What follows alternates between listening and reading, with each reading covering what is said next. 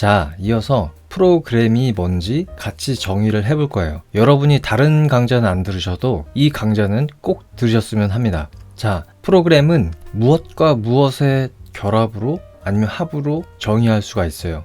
과연 무엇으로 정의할 수 있을까요? 같이 한번 알아보겠습니다.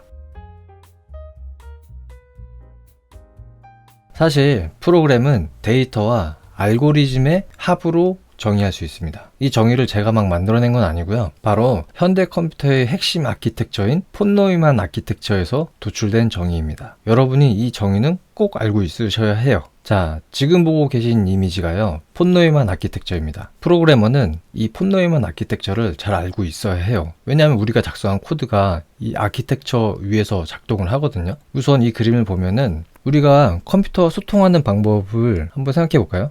여기 보시면 인풋이 있고 또 아웃풋이 있잖아요. 바로 인풋과 아웃풋이 있기 때문에 저희가 컴퓨터와 소통을 할 수 있는 겁니다. 제가 컴퓨터에게 말하고 싶은 것은 인풋으로 입력하고 컴퓨터가 우리에게 알려주고 싶은 것은 아웃풋으로 출력을 하죠. 여기는 모니터만 있는데 아웃풋이 뭐 프린터도 될 수 있고 뭐 파일도 될 수 있고 여러 가지가 많이 있겠죠. 그리고 인풋은 저희가 주로 쓰는 게 키보드와 마우스, 펜 툴 이런 것들이 있을 겁니다. 그리고 이 그림을 보시면 이게 이제 폰 노이만 아키텍처의 핵심이거든요. 이 그림을 보시면 여기 이렇게 CPU가 있고 또 램이 있고 또 2차 스토리지가 있죠. 이거를 같이 한번 좀 자세하게 알아볼게요. 먼저 CPU부터 알아보면은 CPU는 컴퓨터의 두뇌라고 할 수 있습니다. 컴퓨터로 요청되는 모든 작업이 이 CPU를 통해서 수행이 돼요. CPU는 컴퓨터의 메모리에서 그 지시사항을 받아가지고 그걸 해석하고 수행하는 역할을 합니다. 이렇게 복잡한 역할을 수행하는 CPU는 어떻게 구성되어 있느냐? 바로 두 가지 큰 부분으로 나눌 수가 있는데요. 바로 여기 ALU와 그 다음에 CU 이렇게 두 개로 나눌 수가 있습니다. ALU가 뭐냐면 산술 장치예요. 뭐 덧셈, 뺄셈, 나눗셈, 곱셈 등 하는 장치이고요. 그 다음에 CU는 뭘 하는 거냐? 이렇게 명령어가 오잖아요. 그러면 명령을 해석하거나 아니면은 저희 CPU의 클럭 있죠. 그 명령을 수행하는 시간, 그 타임을 조절하는 역할을 해요. 그리고 여기 이렇게 램이 있는데 램이 컴퓨터의 기억 장치라고 볼 수 있는 거죠. 램 말고도 롬이 또 있어요. 롬. 램과 롬의 차이는 둘 다 메모리인데 램은 컴퓨터 전원을 끄면은 모든 내용이 사라져요. 하지만 롬은 컴퓨터 전원을 꺼도 그 내용이 사라지지 않습니다. 그래서 뭐 OS를 부팅할 때 필요한 뭐 부트로더 이런 것들을 롬에다 다 심어놓고 바이오스 같은 것도 다 롬에 심어놓죠. 이 램은 뭐냐면 저희가 이제 프로그램을 실행하면은 이제 뭐 하드디스크에 이런 데 이제 프로그램이 있을 거잖아요. 그 프로그램을 실행하면은 그거를 램에 올려서 CPU가 그걸 사용할 수 있게끔 해요. 그 프로그램을. 그래서 이 램에 올라와 있는 프로그램의 상태를 프로세스라고 합니다. 자, 이렇게 보시면 CPU가 있고 램이 있고 2차 그다음에 스토리지 하드가 있잖아요. 이런 것들이 어떻게 연결이 되어 있느냐? 바로 버스라고 하는 것으로 이 시스템 구성 요소가 서로 연결이 되어 있어요. 이 그림에서는 약간 표현이 안 되어 있는데 하여튼 버스라는 것으로 각각 데이터를 주고받고 그래서 커뮤니케이션을 하는 거죠. 그리고 여기 2차 스토리지 보면은 하드가 있잖아요. 하드. 그리고 거기 밑에 점선으로 이제 버추얼 메모리가 있잖아요. 이거에 대해서 한번 좀 같이 얘기해 볼게요. 자, 램은 어떤가요? 가격이 비싸죠. 그리고 하드는 좀 가격이 싸죠. 램에 비해서. 그런데 저희가 컴퓨터를 사용할 때, 프로그램을 사용할 때 용량을 걱정하나요? 이 프로그램이 최대 4메가밖에 사용할 수 없으니까 나는 요만큼만 써야지 라고 생각을 안 하죠. 용량에 상관없이 무제한이라고 생각하고 사용을 할 겁니다. 그런데 물리적인 램을 보면은 저희가 이제 컴퓨터에 주로 다는 건 8기가, 16기가, 정말 많으면 뭐 32기가 이렇게 달 거예요. 그만큼 물리적인 램은 용량 제한이 있습니다. 하지만 우리는 컴퓨터에서 그 용량 제한을 뛰어넘고 무수히 많은 앱들과 데이터를 사용할 수가 있어요. 그게 왜 그러냐 하면은 자, 하드디스크는 저희가 요즘 평균적으로 1TB를 사용하죠. 그 대신에 램보다는 속도가 좀 느리잖아요. 하지만 용량이 또 크잖아요. 그래서 생각을 한 겁니다. 현재 컴퓨터에서 돌고 있는 프로그램들 중에서 쉬고 있거나 그러니까 이드 상태에 있는 거죠. 활동을 안 하고 있는 뭐 프로세스나 그런 것들의 데이터를 잠깐 여기 하드디스크에 내려놓자 라고 해서 램에 있던 프로세스나 데이터들을 하드디스크로 옮기는 거예요. 그거를 사용자가 모르게. 그래서 이 공간을 페이징 파일 또는 스왑 파일이라고 합니다. 그러다가 나중에 사용자가 다시 이제 그 쉬고 있는 프로그램을 다시 활성화시키면 이 페이징이나 아니면 스왑 파일에 있던 그 데이터를 다시 램으로 싹 옮겨서 계속 이 CPU가 사용할 수 있도록 해줘요. 그래서 프로그램이 멈추지 않고 계속 운영되는 것처럼 사용자는 느끼게 하죠. 그렇게 해서 이 램의 물리적인 용량 제한을 없애주는 거를 버추얼 메모리 기술이라고 해요. 그런데 이게 항상 좋은 것만 아니에요. 왜냐하면 램과 이 하드디스크와는 속도 차이가 있잖아요. 이 램에서 버추얼 메모리로 갈 때, 버추얼 메모리에서 다시 램으로 갈 때 약간 이제 버벅거림을 느낄 수도 있고요. 워낙 많이 있다면 그 버벅거림을 스레싱이라고 해요. 하지만 이 버추얼 메모리가 주는 이점이 너무 많기 때문에 대부분의 현재 OS들은 이 기술을 사용합니다. 자, 다시 CPU로 돌아와서 여기 내부를 좀 더 이제 상세하게 같이 한번 알아볼게요. 여기 보면은 ACC가 있죠. ACC가 뭐냐면 어큐뮬레이터예요. 그래서 CPU 내부에 위치한 레지스터인데요. 레지스터가 뭐냐면은 이렇게 산술장치 같은 것에서 연산을 하잖아요. 그러면 그 연산 결과를 잠시 저장해야 될 때가 있어요. 그런 데이터들을 레지스터에 저장을 해놔요. 그래서 이런 것들은 다 레지스터입니다. ACC는 어큐뮬레이터 레지스터예요. 그래서 ALU에서 계산한 결과를 ACC 어큐뮬레이터에 저장을 합니다. 여기 보면 PC 있잖아요. PC도 레지스터예요. PC는 프로그램 카운터라고 하는데요. 저희가 이렇게 프로그램 코드를 쫙 써서 입력을 하면은 램에 올라오면은 CU가 그걸 가져와서 해석을 해요. 그리고 그걸 기계어로 해석을 합니다. 기계어로 해석을 하면은 이제 명령어들이 나오잖아요. 그 명령어들을 CPU가 이제 하나하나 가져와서 이제 해석을 하는데 PC는 다음번에 해석할 명령어를 딱 가리키고 있는 거예요. 여기 만약 램에 이렇게 여기 1000번지 주소에 어떤 명령어가 있다고 해볼게요. 그러면 PC가 이 주소를 딱 가리키고 있는 겁니다.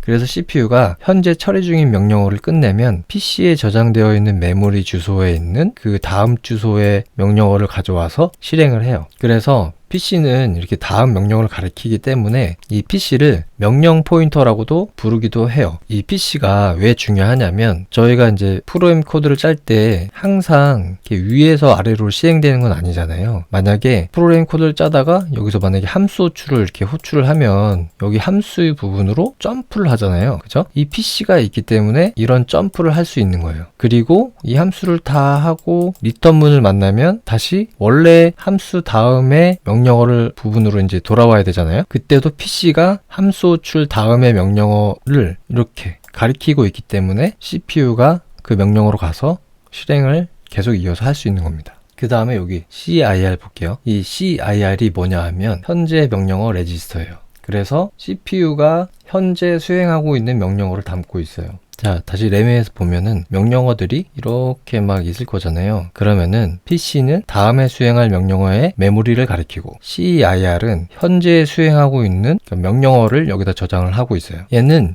CPU가 동작할 때 사이클을 주기로 이제 동작을 하잖아요. 그러면은 이 사이클 동안 수행해야 될 명령어를 이 CIR이 담고 있는 것입니다. 그래서 이 CIR이 담고 있는 명령어에 따라서 산술 장치를 사용하기도 하고요. 그 다음에 레지스터 간의 데이터를 이동하기도 하고 I/O 작업을 하기도 합니다. 그리고 여기 보시면 MDR과 MAR이 있는데요. 굉장히 중요합니다. 그래서 보시면 MAR은 어드레스에 연결되어 있죠. 이게 뭐냐면 이 CPU가 어떤 연산을 할 때 뭐 예를 들어서 A 플러스 B라는 연산을 할 때 이 ALU가 이제 그 연산을 할 거잖아요. 그러면 A 값도 필요하고 B 값도 필요하잖아요. 그 A 값과 B 값이 메모리 어딘가에 이렇게 저장이 돼 있을 거예요.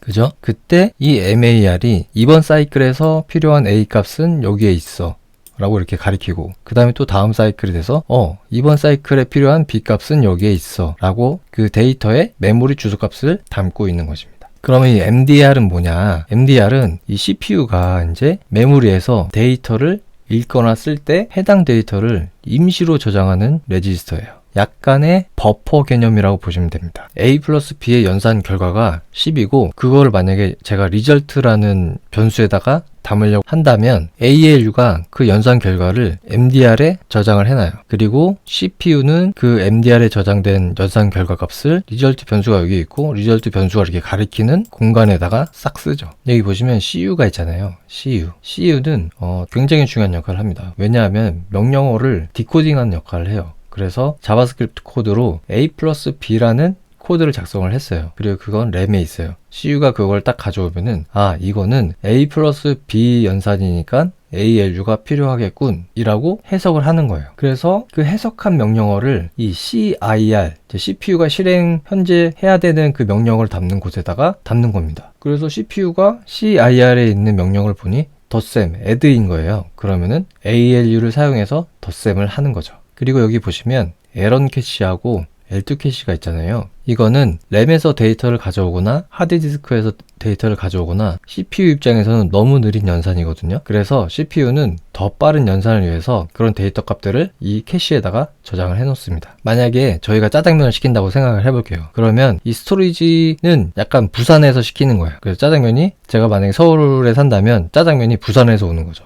굉장히 느리겠죠. 만약에 램은 서울에서 시키는 거예요. 하드보다 빠르겠지만 그래도 느리겠죠. L2 캐시는 바로 집 앞에 있는 짜장면집에 시키는 거예요. L1 캐시는 냉장고에 이미 짜장면이 있는 거예요. 그렇게 해서 짜장면을 먹는다고 했을 때 L1 캐시에서 꺼내 먹는 게 가장 빠르겠죠. 자, 이제 자바스크립트 코드가 이렇게 있잖아요. 그러면 이 코드가 실제로 어떻게 실행되는지 한번 같이 단계별로 알아볼게요. 이렇게 코드가 주어지면은 처음에 램으로 코드들이 이렇게 딱 올라와요. 첫 번째 단계는 패치와 디코드입니다. 여기서 코드는 메모리에 저장되는데요. 프로그램 카운터가 여기 있죠? 프로그램 카운터. 이 프로그램 카운터가 이 코드의 첫 번째 명령문, 즉 A의 10을 할당하는 이 코드, 이 명령문을 가리켜요. 그리고 이 PC가 가리키는 이 명령문의 주소 있죠? 이 주소는 MAR에 저장이 됩니다. 그리고 현재 MAR에는 명령문의 주소가 어디에 저장이 되어 있는지 가리키고 있잖아요. 그거를 이 값을 MDR에 가져와요. 이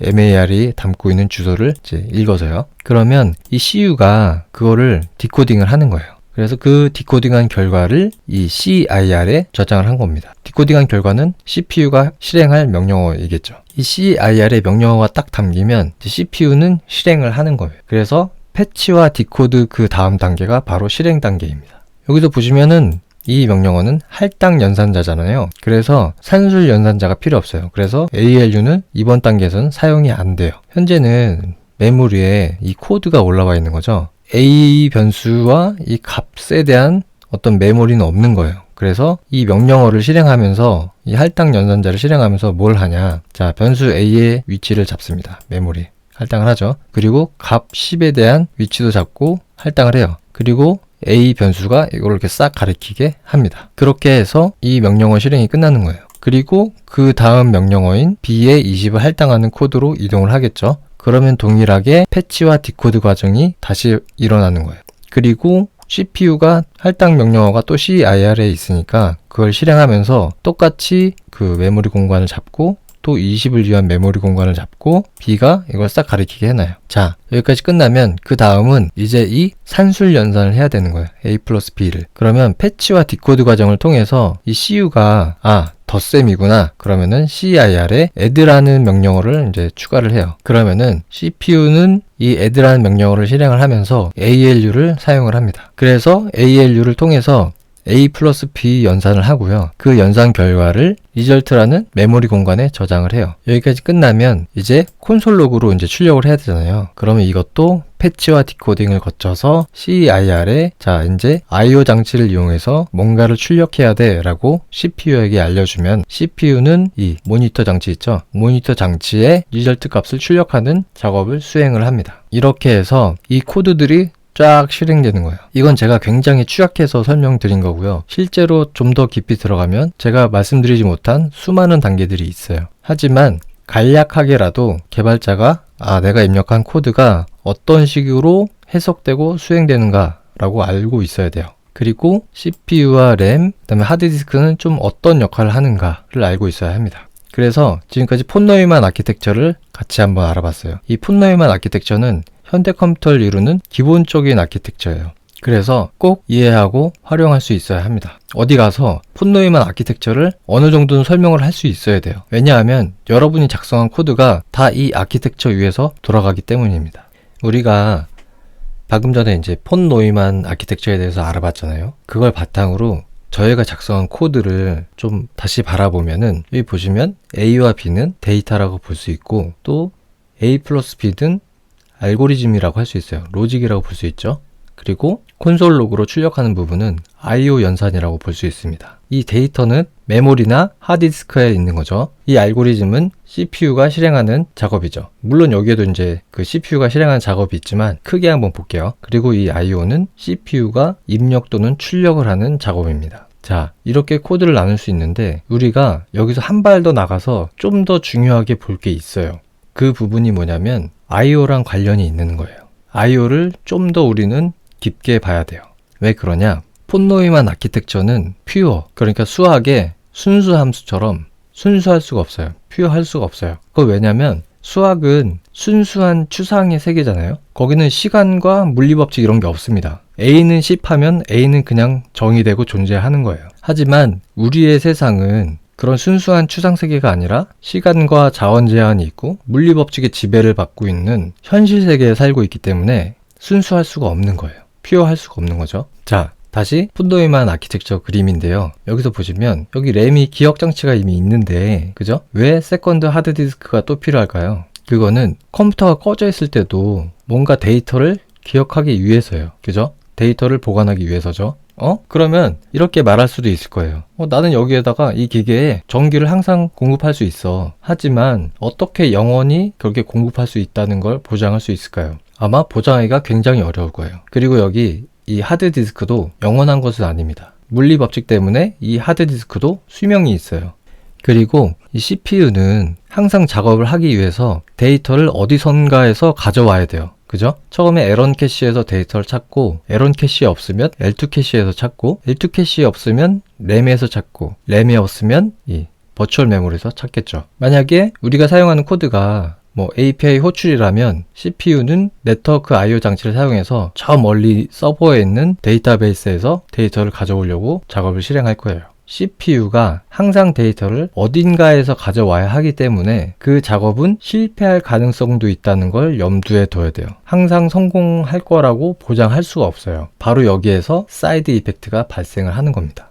이 코드를 보시면요. 이 코드를 보시면 저희가 A와 B를 가져오는 거잖아요. 근데 API를 통해서 가져오려고 하고 있어요. 그죠? 이 API를 호출했을 때 성공을 하면은 아무런 문제 없이 A와 B 값을 가져오고 항상 그 값이 동일하기 때문에 몇 번을 호출해도 동일한 값을 반환을 할 거예요. 그죠? 하지만 이 코드를 실행하는 그 기계가 클라이언트가 어떤 통신이 잘 안 되는 음영 지역에 있다던가 아니면 서버가 잠깐 에러가 나서 장애가 발생했다던가 해가지고 응답을 못 받으면 이 A와 B 값은 어떤 값인지 저희가 보장을 할 수 없죠. 이 sum 함수를 계속 호출하다가 이 API 호출이 실패하게 되면 전혀 다른 값이 나올 거예요. 그러면 이 sum 함수는 순수 함수가 될 수 없는 거죠. 그죠? 바로 이 API 호출에 sum 함수의 결과가 영향을 받기 때문에 이 함수는 사이드 이펙트를 담고 있는 함수가 되는 겁니다. 그렇다면은 이걸 바탕으로 생각을 했을 때 저희가 프로그램은 데이터 플러스 알고리즘이라고 정의를 했잖아요. 그거를 한 단계 더 확장을 할 수가 있어요. 바로 프로그램은 데이터 플러스 알고리즘 플러스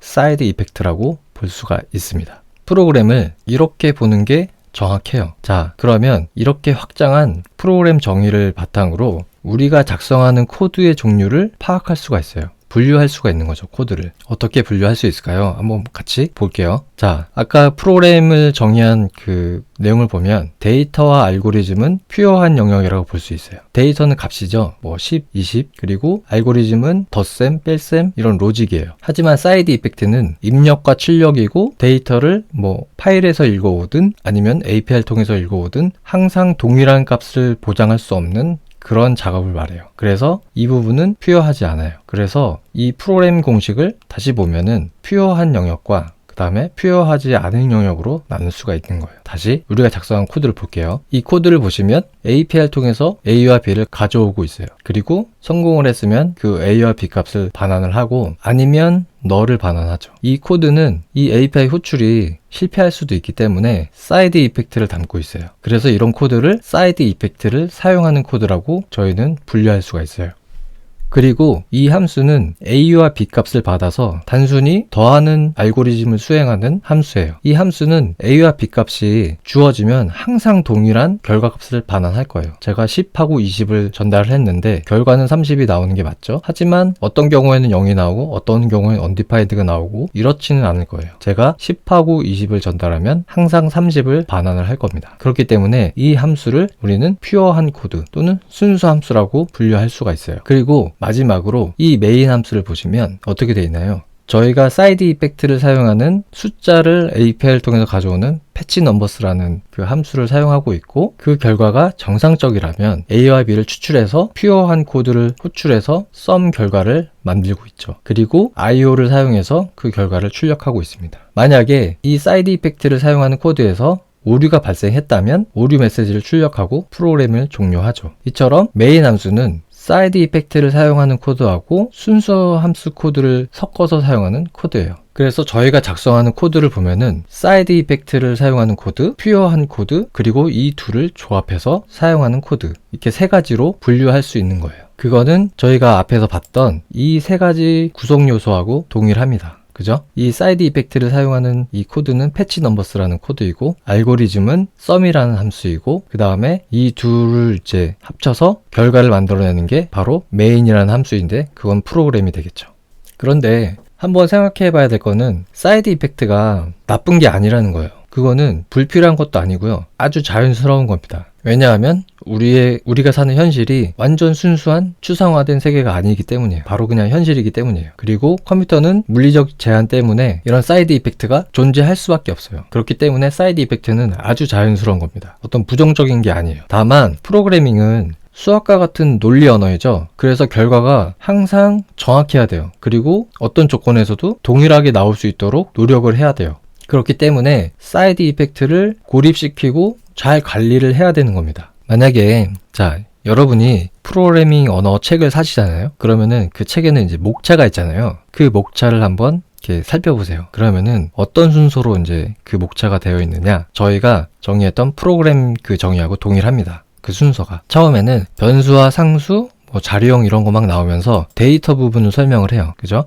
그리고 그 다음은 if문, 연산자, 루프, 함수 이런 걸 설명하면서 알고리즘 부분을 설명을 합니다. 그 다음에는 트라이 캐치 같은 걸 설명을 하면서 파일 읽기, API, 요청 보내기, 응답 받기 이런 것들을 막 설명을 해요. 이거는 이제 사이드 이펙트 부분이죠. 그죠? 그래서 프로그램 책을 이렇게 딱 보시잖아요. 그러면은 데이터하고, 그죠? 그 다음에 알고리즘 부분은 대부분 비슷해요. 근데 사이드 이펙트를 어떻게 관리하지? 이 프로그램 언어는 이걸 좀 중점적으로 보시면 도움이 돼요. 트라이 캐치를 사용한다든지, 아니면은 고랭처럼 트라이 캐치는 없지만 튜플을 반환해서 항상 리절트와 에러를 동시에 반환해서 그런 사이드 이펙트를 관리한다든지, 이런 언어만의 약간 사이드 이펙트를 어떻게 처리하는 방식을 볼 수가 있어요. 그리고 여러분이 이 프로그램 정의를 잘 알고 있다면 어떤 언어를 공부하시든 간에 이런 순서로 공부를 하면 되겠구나 라고 알 수가 있어요. 처음에 데이터 부분 보고, 그 다음에 알고리즘 어떻게 작성하는지 그런 내용을 보고, 그 다음에 이 언어는 사이드 이펙트를 어떻게 관리하는구나 라는 걸 보면은 되는 거죠.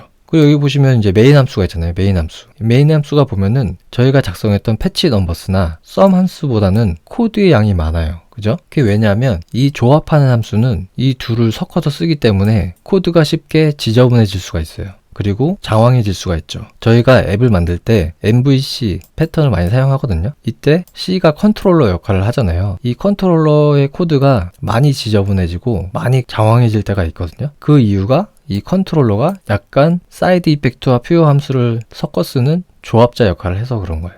그래서 그 컨트롤러의 역할을 좀 더 잘게 쪼개서 새로운 아키텍처들이 많이 나오고 있죠. MVVM도 있고요. 그죠?